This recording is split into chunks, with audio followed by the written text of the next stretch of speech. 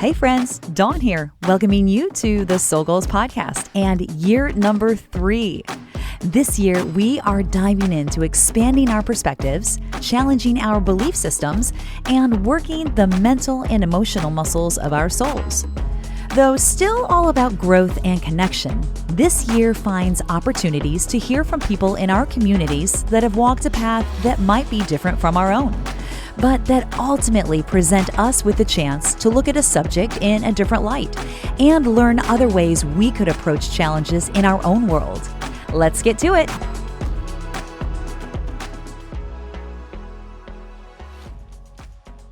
Hi, everybody. Welcome to another episode of the Soul Goals podcast. My name is Dawn. So glad to have you joining for another week. Wonderful lady sitting next to me in the virtual studio today, Connie Jean Catalano. How are you today, Connie? I'm fantastic. How are you? I'm so glad to be here. Very happy to Oh, be here with you. Well, I'm so glad. And I feel likewise. I'm so excited to have you coming on and talking today with us about retirement and perspective regarding retirement and finding the positives in that life transition. I think that's the biggest thing. So, to kind of as a recap of year 3 of the Soul Goals podcast, we are bringing people on each week and we're giving them a platform to talk about a subject where we can all learn a little bit more, maybe stretch our edges a little bit more, and maybe figure out something that we hadn't known about that subject, or stretch ourselves to a place where we go, oh, wow, that's so interesting. Maybe I should try X, Y, or Z. I'd never thought about it that way. So growing in our soul's evolution by learning more about it. And I'm going to just tell you, Connie Jean is a life transition specialist. She is a senior advocate. She is known as the senior whisperer. And I love that because what you're doing ultimately is helping people transition from this working age where they've been just devoting so much time in their life to working a job, working multiple jobs, and then graduating, if you will, to this space of what do I do now? I'm 55 plus. And Connie also has a podcast. It is on YouTube, and you can look it up, Connie Jean Catalano. It's also The Best Life Ever. We talked about that a little bit. She's going to be releasing this on Apple, iHeart, Spotify, all the places that you can find your podcast. That's later on this year. But you can find her right now. She's delightful. Go check it out on YouTube. You will not be disappointed. And also you just launched a program, you said early this year, called Power Up Retirement. And that's for 55 plus, right? So give us a little bit more information about what that program is and what you do with it. Okay, so I was doing senior advocacy, which means that I was getting families calling me after a medical event for someone who's maybe, in their 60s, 70s, 80s. And I realized that you could prevent some of this stuff happening, and you can make it a lot easier, give the family peace of mind if you knew what to do ahead of time. So I developed a program called Power Up Retirement. I'm marketing and working with people 55 and over. That means maybe they're just going to retire, being forced to retire. They are retired. They can be, 50, 60, 70, 80, whatever they are. But it is a whole program on how to set up an aging plan. So it's a plan. Yeah. If you go on vacation, you plan it, right? You got a suitcase, you know where you're going, you got the money, the plane ticket. Why don't you do that for aging? We don't really get a instruction guide for being a parent or aging, but this is going to be close to instruction guide for your own personal wishes and vision. I love that, Connie. And I feel like it's so imperative for so many people because when we face that transition, and I say we, I say as a population as a whole, I feel like so many people look forward to retirement and look forward. And then when they get to that point, they're like, they kind of have a freak out moment, right? Is that your experience? Yes. Yeah. So I have to share some with you. Sean Hattie actually promoted my business the other day. And I was like, oh my gosh, I got to call him. I've been like following that guy forever. And I thought, I got to call him. No, you actually promoted my business. He had on a caller that was forced to retire from Caterpillar. And they gave him a very large severance package. And he thought, this is going to be great. He was 3 weeks into it. And he said, this, I'm not going to say the word he used, but it was kind of a bleep word. And he goes, I hated it. He goes, and I didn't know what to do. I was walking in circles and going around. He goes, you know what I did? I went and got another job. And Sean said, you know what? That's why you need to talk to somebody and to have some kind of a plan. If you're going to retire, and he goes, I'm never going to retire. I agree with him. I'll never retire either. You know, if you get a certain age, you have to transition from a job. That's what they call retirement, right? Yeah. But it needs to be like retire, like RE dash tire your vehicle. So you retire your vehicle and you go on with life and you make it fun and you do the things you always put in your pocket because you had to work, right? So Yes. Yes. it's creating a blueprint for my clients, and also I put together this paper trail that everybody must have. I don't care how old you are, but for retirement especially, so your family knows exactly what you want just in case. You know, I Mm, mean, there's two things that I know are true. One, you have to pay taxes, and two, 100% of human beings die. Okay, right. 100%. So if you're going to ignore it, you could cause a lot of grief for your family. So I help with that. Right. Yeah. That's amazing. And I think a lot of people don't think about that until it's upon them, families in general. And You got it. you're just scrambling for what to do. You're And right. I think it makes those transitions and it makes those times. And, you know, if there is an illness or something that's happening within the family, then it gives you valuable time to not have to worry about those things, but be able Yeah. to spend time with your loved one and then be able to plan in a different capacity. Just You makes could it be more my not partner here. You're saying it exactly right. well, let's go. Um, Let's partner up. Let's do it. yeah, Well, let's partner up. let's do Yes. it. So that's the I trick. want to talk. And Well, I think it's amazing what you're doing because I feel like it's a needed niche and I feel like there's a lot of people that don't understand it. And if you're not watching this on YouTube, you need to see the delightful, beautiful Connie Jean here. Connie Jean is a young, wonderful lady who has been through the mill of life. And I think a lot of our things that we experience and the things that we kind of find our way into develop out of those experiences that we have to endure, the things we have to walk through at early ages throughout our life and the blueprint of our life, like to use one of your words. But here's the thing: you had some involvement in a fire, and this is where I learned about this. When we were at a podcast meetup, I overheard you talking about this after you had shared just a little bit. I was like, I want to know more about this. Connie Jean was present during the Our Lady of the Angels fire. It's a school fire in 1959 in Chicago. If you look it up, it's a very infamous situation. And I want to talk a little bit about where you were on that day, what that impact had on you as you were watching your friends perish in this fire and seeing different things that were happening at the yeah, school that you were preparing to go to with right. friends that were inside. Yes. Yeah. There's documentaries on this and there's books. And yes, I happened to be home that day with the influenza. You say it that way because I'm Italian. So I had influenza. You know, I didn't just have the Influenza. flu. I had influenza, and so I was home. And at 2 o'clock, or maybe no, it was about noontime. I looked out the window. It was cold out, but I opened up the window. My two friends were going off to Our Lady of the Angels to school. And that's where I was going in January, but this was December. So my parents Mhm. didn't have a lot of money, but they were going to put me there into the Catholic school. And so I said bye. And then what I said to them was, see you later, alligator. And they said, after a while, crocodile. And they went off to school. And by 2 o'clock, we got a call. My mom and I were sitting around the table, and I got the influenza, right? And my mom's best friend, who was like an aunt to me, calls and said, "There's bellowing smoke coming from your area, and I'm in Humboldt Park, and I want to make sure it's not your house because we had a fire once when I was 5." And so she Yeah. was kind of worried. And so my mom's like, "It's not us." But so she said, "Put your snowsuit on, Connie. We're going to go out." And I'm sick, but I've got enough energy to do that. And as we Mhm. walked towards the bellowing smoke, we saw all the kids in the neighborhood that were burnt or had smoke or whatever coming towards us, crying and bewildered and in shock. And they're like, the school is on fire. The Our Lady Angel School. So my mom grabbed my hand and we walked as fast as we could. We got in front of the building. By that time, it was a blaze. Kids were trying Yeah. to jump out the window, Oh my which the gosh. oh, here's the thing, it changed all the laws, fire laws all over the world. Yeah. because they'll never see another school that has windowsills that come up to here on a 9-year-old. So they couldn't Mhm. get over. So the only ones that really got out of the window were really kind of shifted up off the other kids and threw them down. Some of them didn't make it, or they broke bones or hips and things like that.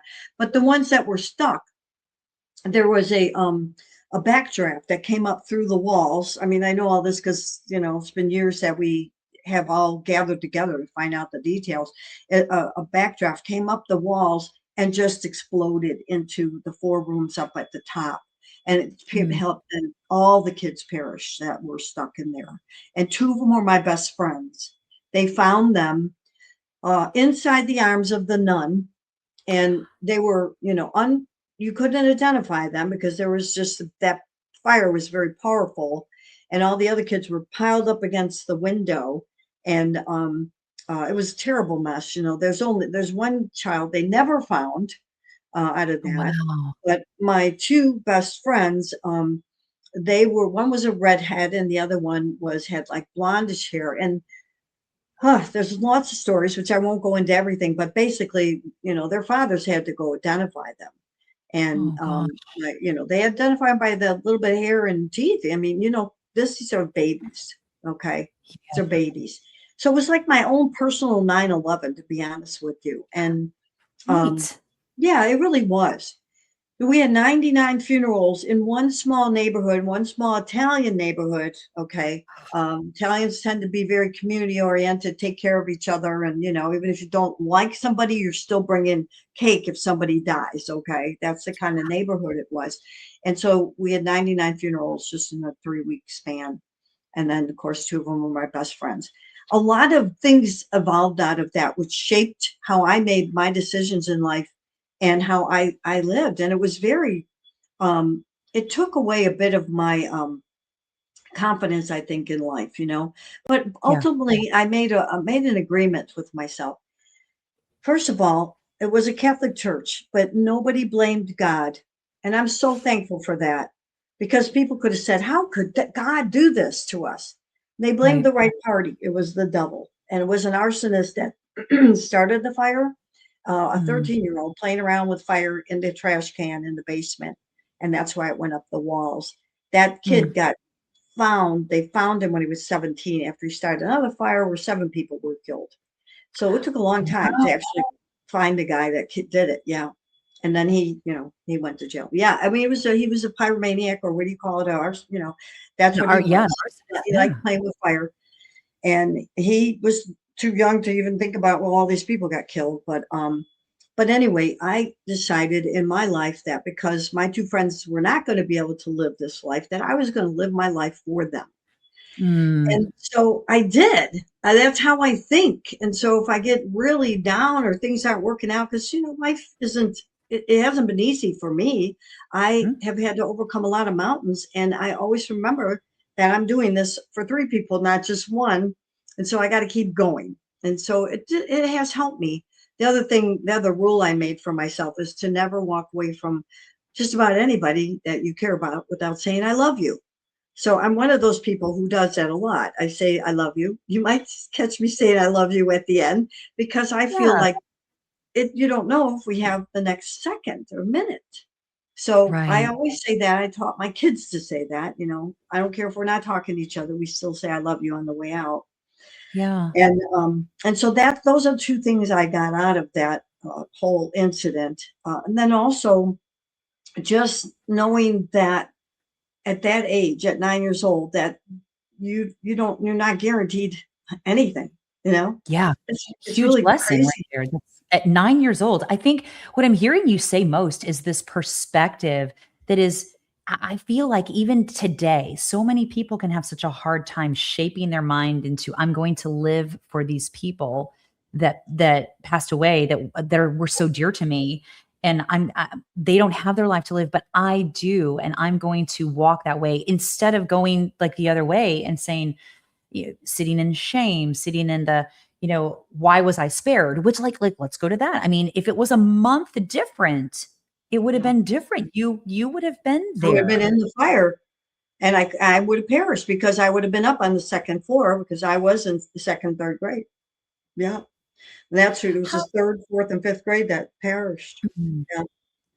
Have you So ever thought about that and thought like and done that mental gymnastics work about, why me? Because I know a lot of people listening may go, wow, that's really crazy. And the serendipity, the synchronicity of all the things that had to line up for you to be where you were based on where you yeah. were going and like everything that lined up, right? But then to Yeah. think it could have been so different. Do you feel like you ever got caught up in that before you got to this place of perspective of this is how I'm going to live my life? I think I was too young to think about that, or I tend to be, I don't know, I'm kind of naive still, even at my age. Mhm. So I didn't think about why was I spared, but I had aunts and uncles that said that. And I had Okay. my dad at the time of this was all happening. He cried so hard. My dad was a solid Italian guy, and he just held me and cried. And he was devastated by what happened. And so I remember that. I remember Mhm. that moment that he cried and was holding me. And, I those are some of the things I remember. I didn't think I was spared. I never thought I was that special, to be honest with you. I just happened to not be there, and God had another purpose for me. So, Yeah. I'm living that out. Um, but I never thought that I was. I don't know. It's true. I could have been in the fire in January, but it was December, so I Yeah. I wasn't. But the hard part for me was I lost my two best friends. At 9 years Right. old.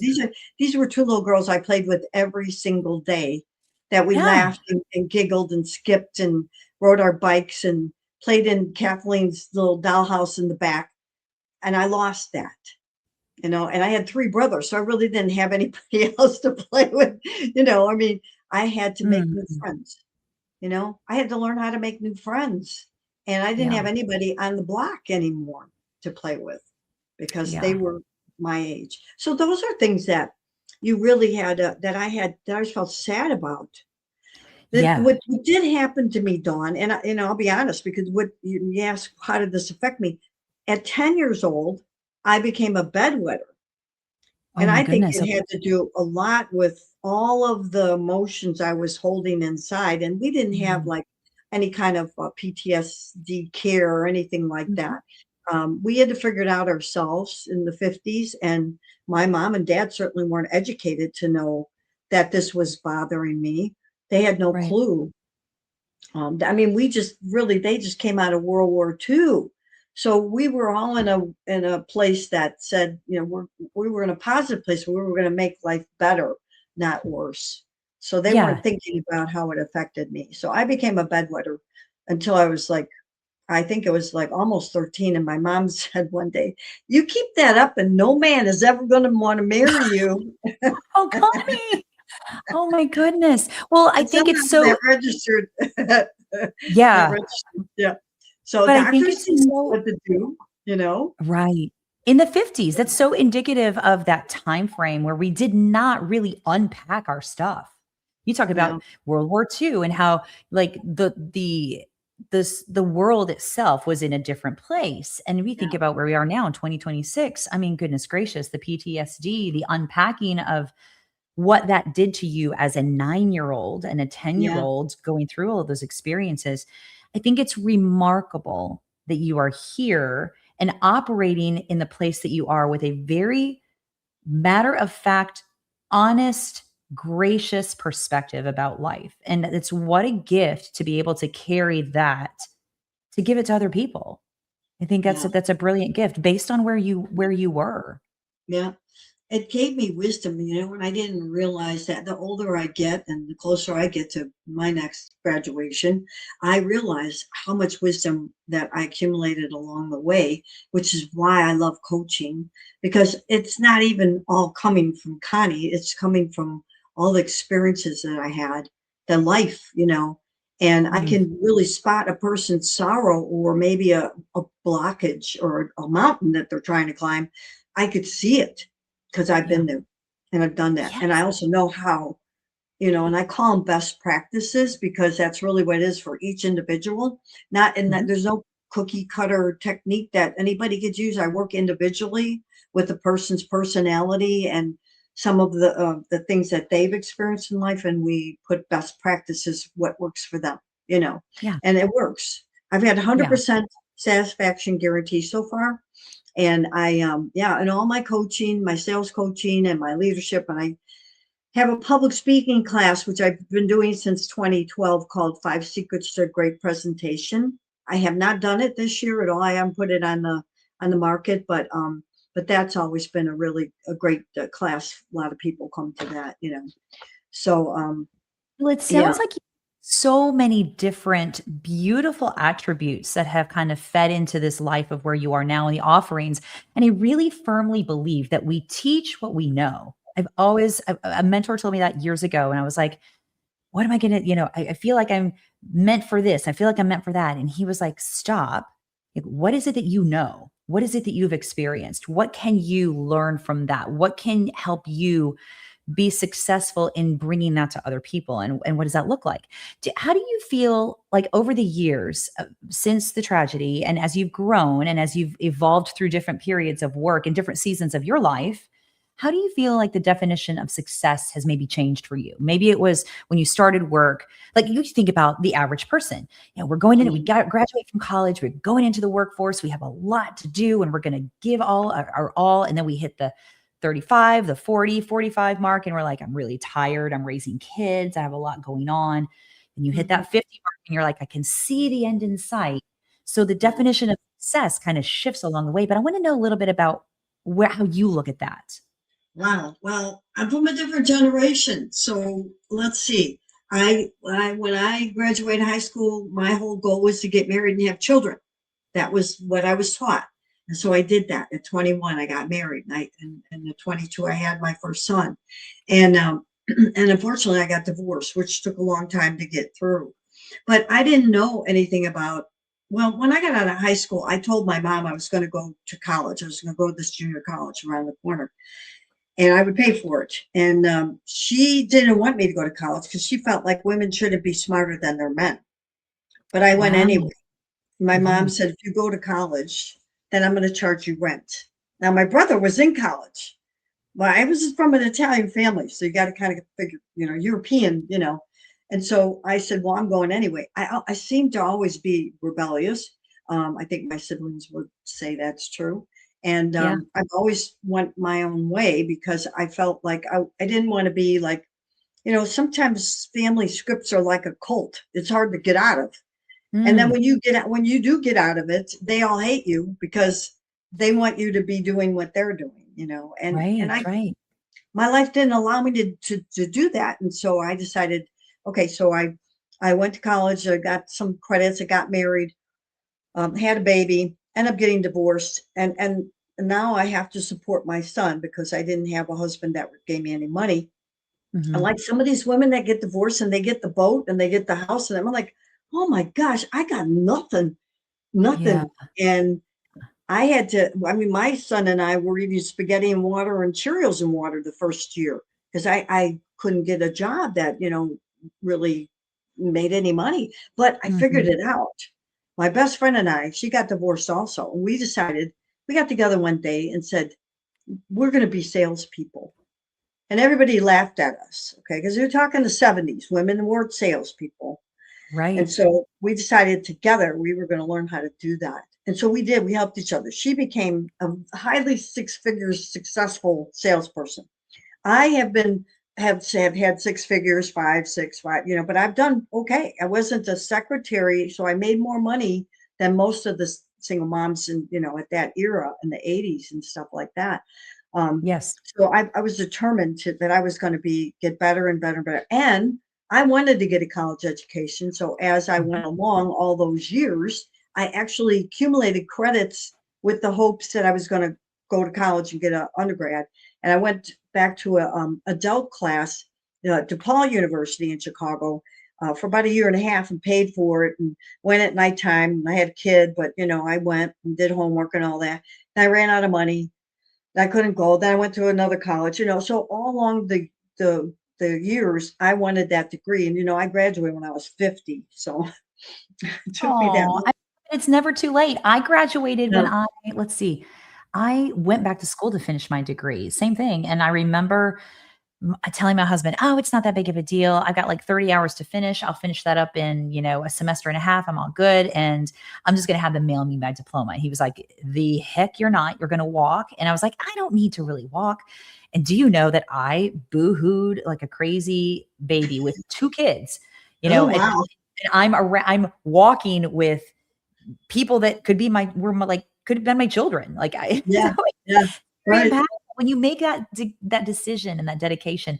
I think what I hear you saying is that rebellious streak inside of you actually Yeah. benefited you because it kind of made you go, "This is important. This is why I want to do it, and doggone it, I'm going to go after it. I'm going to do it. I'm going to Yeah. pursue it." When did you graduate, Dawn? Oh, how was that? 2016. I graduated in 10 years ago. I graduated. I was Wow. 43 years old. Mhm. Congratulations. We're the same. We went back and got our education, and I had to pay for it. I didn't get any benefits, no scholarships, no nothing, nothing, Same. nothing. I I in paid for it all. fact in Yeah. fact, I just made a student loan payment 2 days ago. Yeah. Yeah. So When I paid off my house, I paid off my school loan. yes, I did. Yeah. great. But that's So that's tenacity. great. What you're talking about is amazing, and I wanna go back just for a second because I think this kinda has to deal with the work that you're doing. If I'm correct me if I'm wrong, but the family scripts are such a big thing for what we believe these different phases of our life need to be. And when we get Yeah. locked into those places, then we limit what the possibilities could be. And Yeah. when you limit those possibilities, then you're not open to opportunities that you may not have thought of or different options. So I think that's where you step in to say, "Hey, have you thought about this? Yeah. Hey, have you considered that?" Yeah. Lots of different things that you're almost like another brain outside of your client's body going, well, let's think about this. Have you contemplated X, Y, or Z? So tell me a little Yes. bit about how you work with people and what's if you have a new person coming in to see you either virtually, online, or in person, tell me a Yeah. little bit about what the first steps are to help them if they come in and say, "Connie, I'm freaking out. I am 59 years old. I'm on the precipice of retirement. I don't know if I have enough money. I don't know what I'm going to do. Do I need to work? Do I not need to work? Oh my gosh, I'm just, what do I do with my health? All the things." Yeah. I first sit down with them and look, and we used to say wake up. I'm going to help them wake up, but it's more about activating what's already in them, you know? And so Mm, that's what I look for. I look for signs that say this is in them. This is part of their personality, part of their whole DNA thing. So I'm going to bring that out in them, and that's what I learned at Dale Carnegie. That's what I learned as a Dale Carnegie instructor. I got certified for that. It took me 2 rounds to actually get graduate the first time. And it's all about taking a person's heart and really taking what's in there and mhm. getting it on the table so they can actually fulfill some of the things that they want to do. So first thing I do is I do what I call a blueprint. The blueprint, I actually use that in all my training, and I called it the 8 steps to success, but it's a blueprint. So I start off helping them create a vision for where they're going. And Mhm. sometimes like, oh, I can't do that. I've been sitting at that desk for 30 years. That's all I know. But honestly, if we talk a little bit more, and like the senior whisperer that I am, I get it out of them that, when I was younger, I wanted to do this, or I wanted to do that, or I wanted to write a book, or, I wanted to do some art, but I never could. I wanted to learn how to play guitar. So it starts to come out and we Yeah. start to kind of record. So we look at different visions. Okay. So I help them with the vision. Second part is looking to see what's stopping them. What's I call they in Dale Carnegie they called it the as is. What is presently happening right now that's stopping you from getting to your goals or your vision or your dream? Sometimes I find out with somebody that is forced to retire, their whole entire 110% identity got stuck at their desk where they used to work with all Yeah. those people. Yeah. And they left it there. Okay. And that's what makes you really miserable is you didn't Yeah. bring it with so that you could reshape it and reform it and retire it, your vehicle. Right. Yes. So I Yeah. look at that and then I help them to create goals. I help them to look at some of the steps that we're going to take, Mhm. how much it's going to cost, either time or money, to do what Mhm. they want to do. It's not time, not always about money. It's sometimes just time and getting off of the Netflix life plan and taking time to go do the things you want to do. And then I help them implement it, to actually implement it. I had a woman that was retired from the Navy, 55, and she got very depressed. So her husband called me. She wanted to write a book. She had already started the book, and she told me she was very depressed when she got. I mean, I can imagine coming out of the Navy, people are telling you what to do, and now you got to tell yourself what to do. So Whole she got different depressed. ball game, right? Yeah. And so I helped her finish a book. So that was what we did. And I'm not a Mhm. writer and all that. Sometimes I would refer that person to a partner, but she had all the skills and had some help from somebody else to form it. So all I Mhm. had to do was stay there and make sure she did it. So that was my part. Encourage. You're Encourage. like Yeah. I think a Yeah. lot of times, like you're talking about, people have this inside of them. It's Right. that it's been buried on with work, with life, with home, with Mhm. trauma, with Yeah. all the just experiences in general. And when we bury that stuff, it can be very overwhelming for us to unpack it on our own. Yes.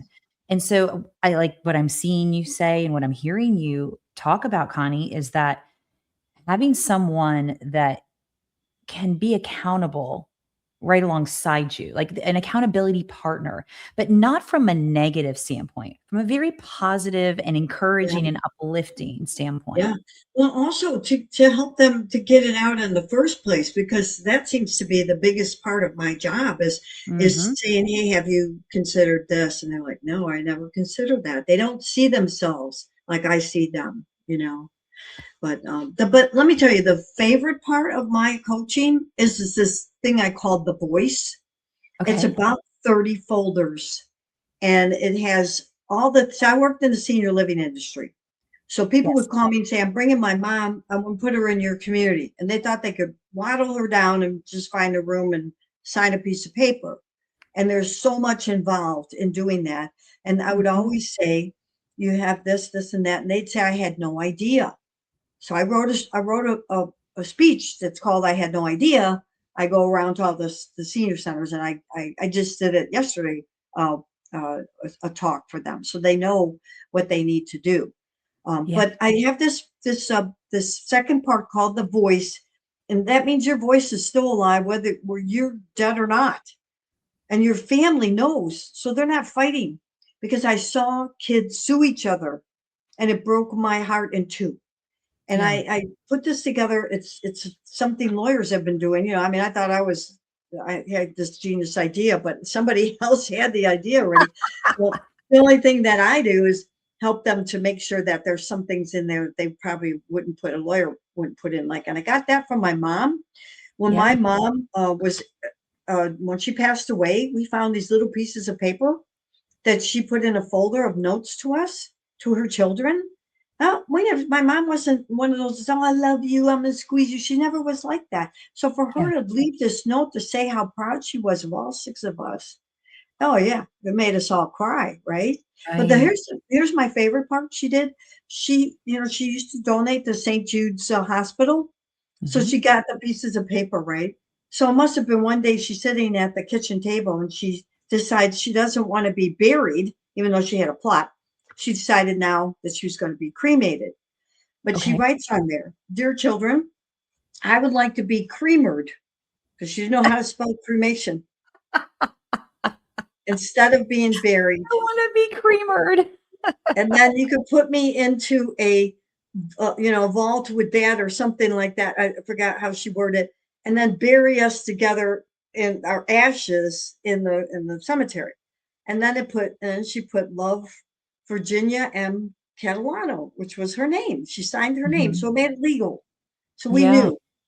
Now, if she didn't tell us that, how would we know? Right. She also told us where she wanted to be waked. And that Yep. my one brother wanted her to be waked at a friend who just opened up a funeral parlor. That could have been a huge argument, but it Yeah. wasn't, because my mother, her voice was in the folder. Okay. Yes. So I help people Yes. to make sure that their children are going to be all intact after they leave.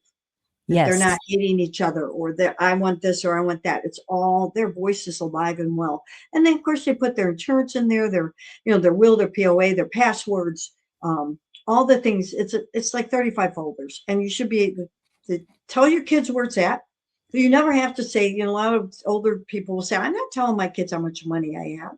I'm not talking Mhm. about death Mhm. with them. Okay, Mhm. you don't have to, because your voice has everything in it. Just tell them where that is. And when Right. you pass, they can pick it up, or if you have a medical event, they can pick it up and they know everything. They even know if you Right. want to go to an assisted living, what assisted living you want to go to. I go through everything. So Right. I love that part, because they that's when they come alive. They're like, I didn't know I had all these options. Well, So here's the thing. You were talking about lawyers have been doing this. It's estate planning, but right. but what's different for what you're doing is I want to call you the emotional estate planner. You know what I'm saying? Yeah. The Yeah. emotional life estate planner in a not where the focus is so specific in when you go into a lawyer for an estate planning situation, right? I've Yeah. done those different things as our kids have aged with wills and POAs like you're talking about. But what I really love about what you're doing is again, it's you're this wonderful accountability partner with your clients. You're an encourager, helping them Mhm. find the voice, and I'm putting that in air Mhm. quotes because it's so important. And I love what you said about you always have a voice, whether you're in your body or out of your body, whether you pass away, your voice is still relevant. Your mark has been made here. And the emotional piece of that for so many people and for families in general is so incredibly important. And I But don't just think I of think yourself. lawyers miss that. Mhm. Think of yourself. I don't know if your parents are alive, or they're still here, but Mhm. what if something happened to them and you're the one that you're going to have to stop your life? Okay, that's what all of us had to do, stop our Yeah, lives. And the more information you have, the more you could keep your life and your family intact. And you have peace of mind because your parents told you exactly what they want.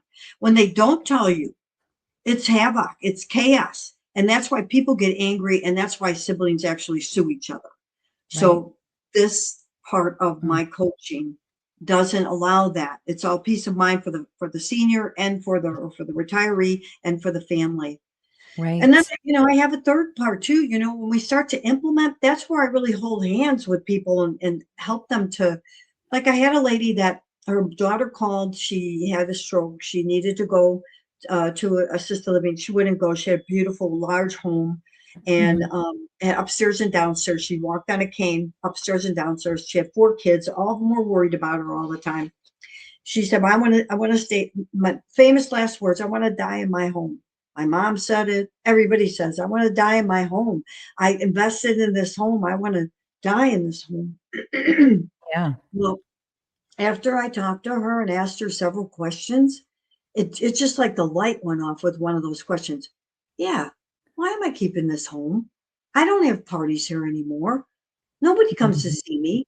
I can't hardly get down the stairs anymore. And it just like that, she decided, what else can I do? And so we started looking. She had plenty of money, so we started looking at independent living, this what they call CCRC, and Mhm. um, and I placed her into a beautiful, beautiful independent living, which CCRC stands for Continuity Care Retirement Center, and Okay. or community. That means that you kind of buy in. It's not a real estate transaction, but you buy into the apartment you have. It's in detail. We don't have enough time, but it has a medical center attached to it. So Okay. if you have a medical event as you age, guess Mhm. what? You have assisted living and memory care right down the hall, It's right there. and that's when you can, like, sort of, sell your apartment and use Yeah. all that money to go into that, and you keep all your same friends, and your Yeah. family knows where you're at. And if you're married and one of them gets sick, like I had this couple that was 75, he got dementia. He went down to the memory care. She stayed in the apartment. And she said to me, they were such a beautiful older couple. I loved them so much. She said, if I wasn't here, if we weren't here, I would have to get in the car at 85 years old and go find the memory care that my husband was staying at. She goes, now I just waddle down the hall. I see him every single day. Oh, So Connie. that's the kind of community she went into. You got to have money Mhm. for that, but she went into that and she got in there. And let me tell you, she is the ambassador of that place. I can't. Before That's I left great. Illinois, I said, "Hey, let's get together." She didn't have time for me. You know, we like to She's play busy. Scrabble together. Yeah, Well, it was okay, beautiful. the speech that you're talking about that you give, it's the quote, the title of it is "I had no idea." By the way, Yeah, that's brilliant. That invokes curiosity in people and they go, "Okay, I need to hear this. I want to hear this." yeah. I'm interested to know what you're hearing clients say are some of the common fears about retiring. Is it fear of losing control? Is it fear of not sure what it's going to look like? So at least if I'm here, I know what this looks like. Even if it's not great, I don't know what the other side looks like. Is it fear of the financial piece? About, am I going to have enough to provide? All the different, what are some of the fears that you're hearing your clients talk about as they're venturing out into this next phase in retirement? It always ends up isolation and loneliness. Um, Everybody I've ever talked to, whether they're married or not, suddenly you have a different routine. You know, when you have kids and your life is full, and then all that goes away, you don't even know what to talk about to your spouse half the time because Right. now you've got to shift into a different purpose. And if you don't realize that, you just end up living in a house silently. You care about each other, you sleep in the same bed, but you're not talking or doing anything together, you know? Hmm. So I don't want people to live like that. That's a sad way to live. There's so much out there. They could be volunteering somewhere and helping younger people, you know? They have wisdom that is it's just sitting on a shelf somewhere. And I help them to see that there's gentlemen that worked so hard at their businesses and then they, decide, oh, I'm doing this retirement thing, but they're sitting on their favorite chair, probably having to have that chair replaced a couple times in their retirement. I point out to them, what did you do for a living? Oh, I was a CFO. Seriously, why aren't you at SCORE or small business association mentoring someone? They need Yeah. you. They need Oh, somebody to hold their hand, to hear them. They need you. Why are you sitting there? Oh, I don't want to go to work. No, this isn't work, honey. You get to go 1 day a week if you want, or two, or half a day or 1 hour. But you're helping somebody, you know? And they're walking libraries sitting on a shelf and nobody's taking out the books. So yeah. I help them to see they don't have to. And here's the other thing: when they do sit like that, Dawn, you know what happens. I've Oh, been yeah. in the senior living. They die. Mhm. Yeah. They die You because their don't use it, hearts. you lose it. You don't You use get it, you lose it. everything gets stiff. You know, if you're not Mhm, moving it mhm, after a certain mhm, age, your heart, your veins, your body. mhm. If if you want to you want to live good and you want to leave a legacy, then just keep moving, keep moving, keep moving. And Yeah, there are a lot of people out there that will appreciate that movement. So that, I yeah, mean, those are the kind of things I look at. Men and women, they all feel lonely and isolated, whether they're married or not. And yeah, that doesn't have to be. yeah, Loneliness is a real thing. And see, COVID killed us. I'm a single person that gets yes, lonely, and I do a lot of things. Okay, I am a very active senior, but there are still times because I'm single and I mhm, never got married again that I still feel that loneliness, and then I have to remind myself, wait a minute, I could be doing this or that, and so I mhm, purposely do something, yeah, to combat that loneliness. So I have a great granddaughter too, so I get to see her at least once or twice a week, oh, teaching her that's how to tap beautiful. dance and say "uh-oh" and all those little things that they, grandmas do. Yeah, yeah, You but I know? think the more beautiful thing that you were talking about with that client that's sitting in the chair, that was the CEO, and you're like, "What are you doing?" Like, Yeah, your phrase, "They need you." That yeah, is so beautiful, Connie, because it's so true, and I think it reframes that I don't have to do it, I get to do it. that's I don't right. have to do it. I get to do it. Yeah, And then as a mentor, people are appreciating that. I know my mentors, I saw one of them this morning, my voiceover mentor. He's 75 years old, the yeah, most brilliant person just when he speaks. He's yeah, talking about his experience, and I am learning so much just by sitting with him for 60 minutes. And it's Bravo. just, it's Yeah. beautiful. It's a contribution, and he's doing it because he's found the piece that it's not work. It's not that grind that I existed in when I was, 25 until age 55, the nonstop every day, just busting your hump to get everything done. It's Yeah. just the perspective shift. I think that's what you've been talking about this whole conversation.